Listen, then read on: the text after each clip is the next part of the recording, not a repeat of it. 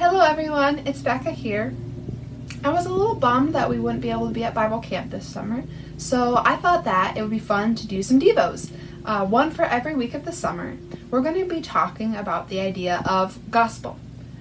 What is this thing called the gospel, you ask? Well, I've been asking myself that too recently, and I've been learning a lot about it. At its basic definition, it just means good news.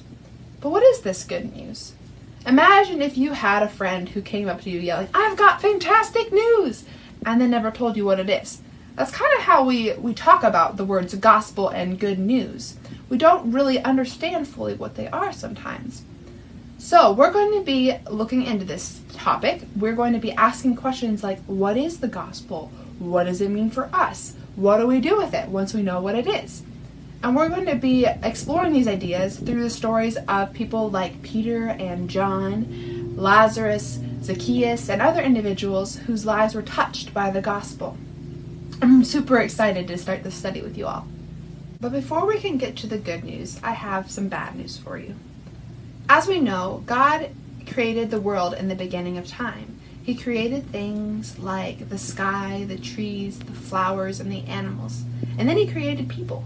People were meant to be the capstone of his creation. They were made in his image, which meant that they were made to reflect, like a mirror, who God is.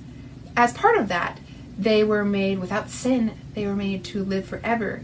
They were made to rule over the earth. And they were created in perfect peace with God and with other people and with the animals and nature. And when God had created all that, he called it very, very good. As we know, though, things didn't stay very good for very long.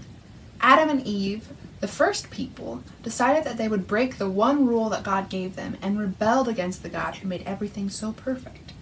In that instant, everything became unperfect and sin entered the world.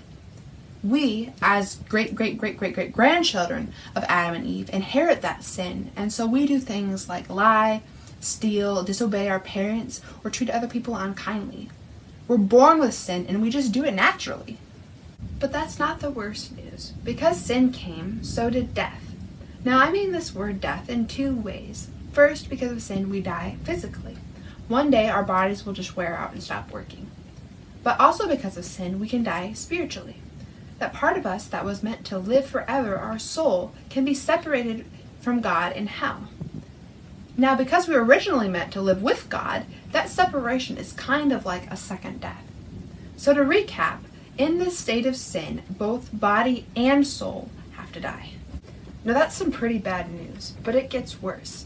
Perhaps the worst part about it is that we can do nothing to fix that separation from God. None of the good that we try to do can cover up our own sin. It's still there. And as long as it's there, we are kept from being in right relationship with God. Now some of you may be thinking, wow, Becca, that's actually pretty depressing. Why are you telling us all this depressing stuff?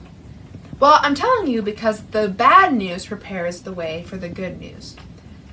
Because as soon as Adam and Eve brought sin into the world, God had a plan to rescue us out of it. That's what we're going to be talking about next week, the good news that God has for us. But for this week, what I want you to remember is that the bad news is that we are sinners and we can do nothing to escape our sin. But the good news is on the way, and I'm really looking forward to talking with you guys about that next week. I'll talk to you all later. Bye!